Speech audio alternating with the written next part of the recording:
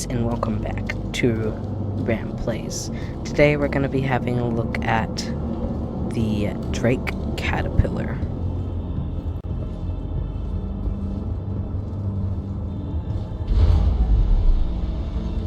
Right now I will be displaying on the screen the price for the Drake Caterpillar and the storage, what it's made for, and how much crew it needs, how much crew it works with. Right off the bat, when you enter the Drake Caterpillar, you really get a sense of the Drake name. Because, I mean, this is definitely the Drake style. I'm personally a fan of it, because it makes you feel like it's utilitarian, industrial, but still rugged of some sense. The Drake Caterpillar has a whopping 576 SUVs of storage over the course of 5 cargo pods. Each cargo pod has 2 doors on them for if the cargo pod in front of it gets taken off or destroyed, the door will lock itself. That way we don't have to, well, lose air pressure, now that that's a part of the Star Citizen gameplay. Each cargo pod's door opens up into an elevator, then heads on down.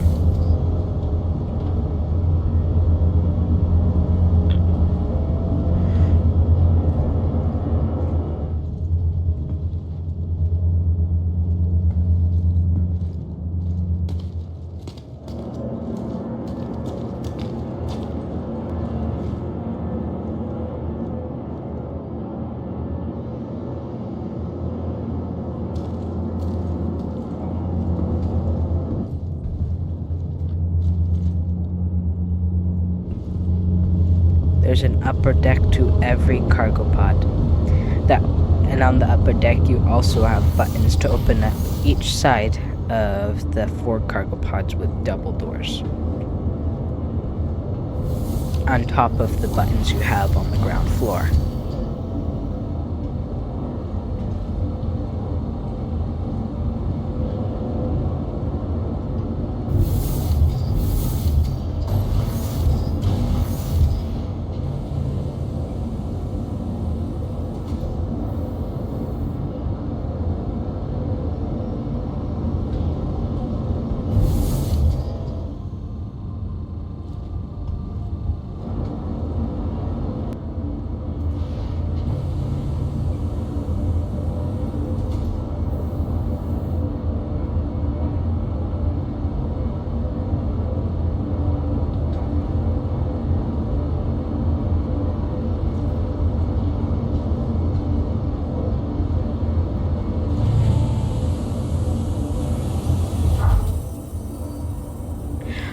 On every catwalk except for the catwalk inside of the 5th pod, there's ladder to get down inside of that pod.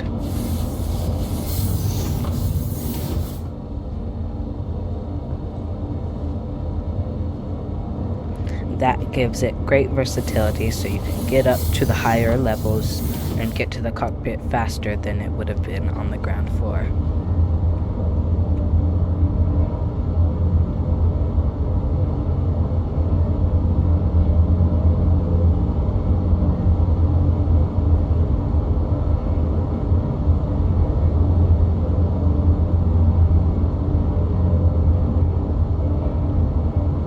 In the front pod, there's access to one of the, I believe, 2 manual turrets on the ship.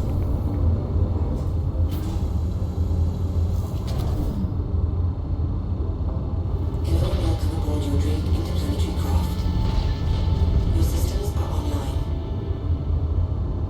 This is the turret at the very front of the ship.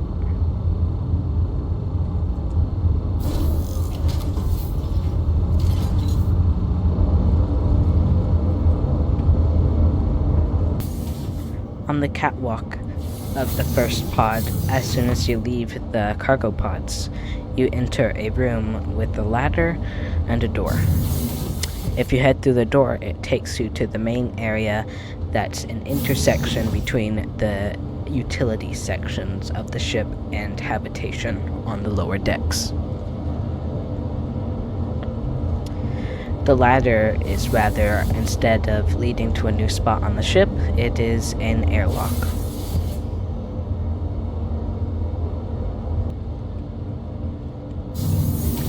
If you head to the door on your left, based on my orientation, but if you're facing towards the front of the ship, it is the right, you'll make your way to the tractor beam of the ship.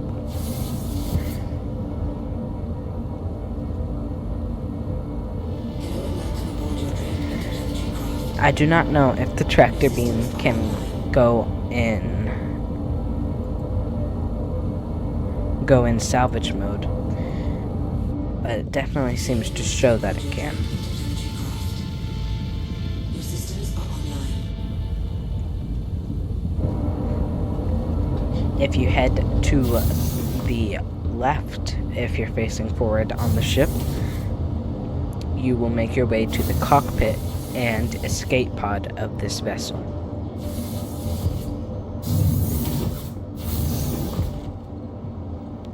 While the idea of a bridge or some other utilitarian section of a ship doubling as an escape pod is unique to the Drake Industries company, it is not unique to the actual Caterpillar.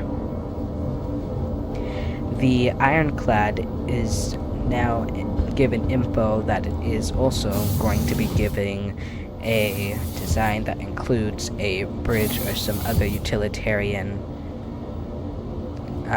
room and escape pod.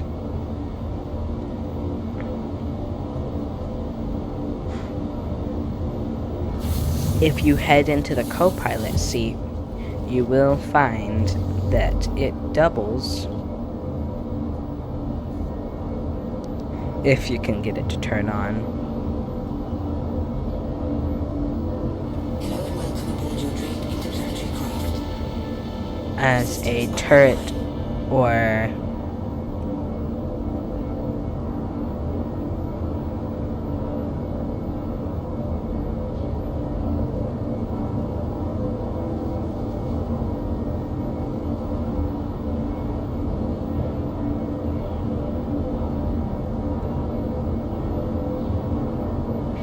usually goes as a turret and tractor beam also, but for some reason it is not currently working for me in this video. If we continue on to the door that we see on this direction, it can lead to the same area that the other door leads to, except it's a much less direct way. This little hallway seems to be a mini, what looks like a server room, but I'm not quite sure about that. This door leads back to the hallway.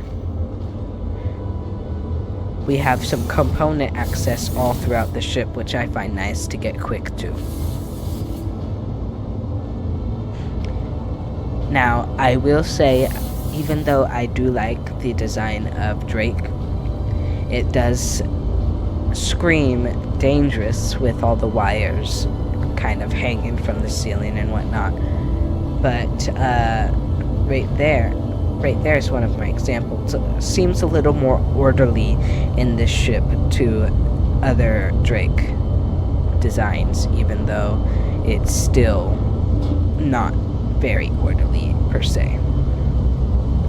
Now we've made it to the engineering room of the Drake Caterpillar, which has access to one of the two turrets that are manual, and this is the rear turret.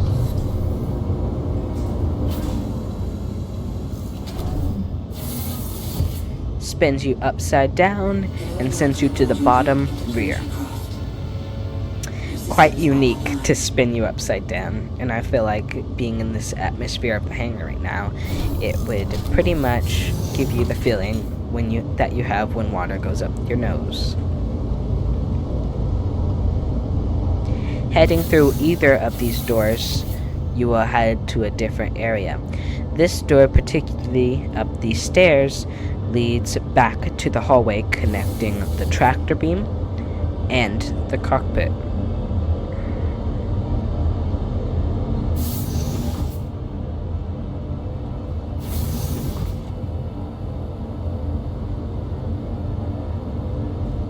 If you head through the other door, you'll make your way back to the elevator room, then on to the habitation area. The habitation area also having airlock doors for safekeeping.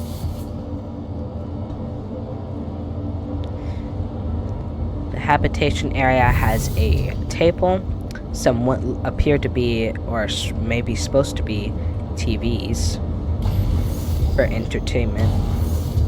That just looks like a tablet with a case around it. And 2 beds. Now, this ship only needs 1 crew member to work, but it has spaces for several crew members. It only has 2 beds, which I find kind of funny and annoying. If you head back over here, you make it to what's supposed to be the bathroom. But I haven't been able to figure out how to close the door, so at the moment you are going to have to go to the bathroom with either your crew members watching you, looking at the TVs, or hope that they're outside the room. Now, for a freighter ship, I will classify this as a pretty great ship, and I will say that it is pretty good to buy. The only thing you have to be careful about is the sizes of SUV boxes you're planning to bring with you. While the quantity of the Caterpillar is 576 SUVs of space, the pods cannot fit a 32 SUV box inside of them on the cargo grid. That's something I found from experience.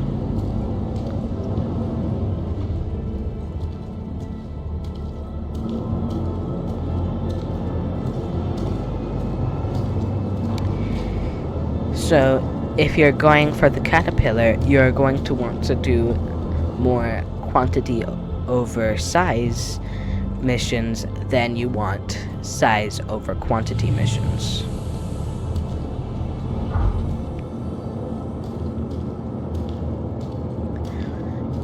Overall, I think this ship is a great ship to have for a large hauler. Even better when you have a crew on board.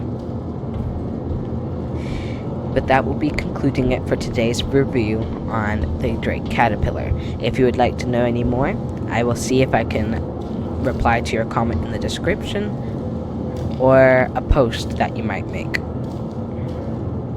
If you think I deserve it, please leave a like and a subscribe on this video, and I will see you next time, citizens. Goodbye.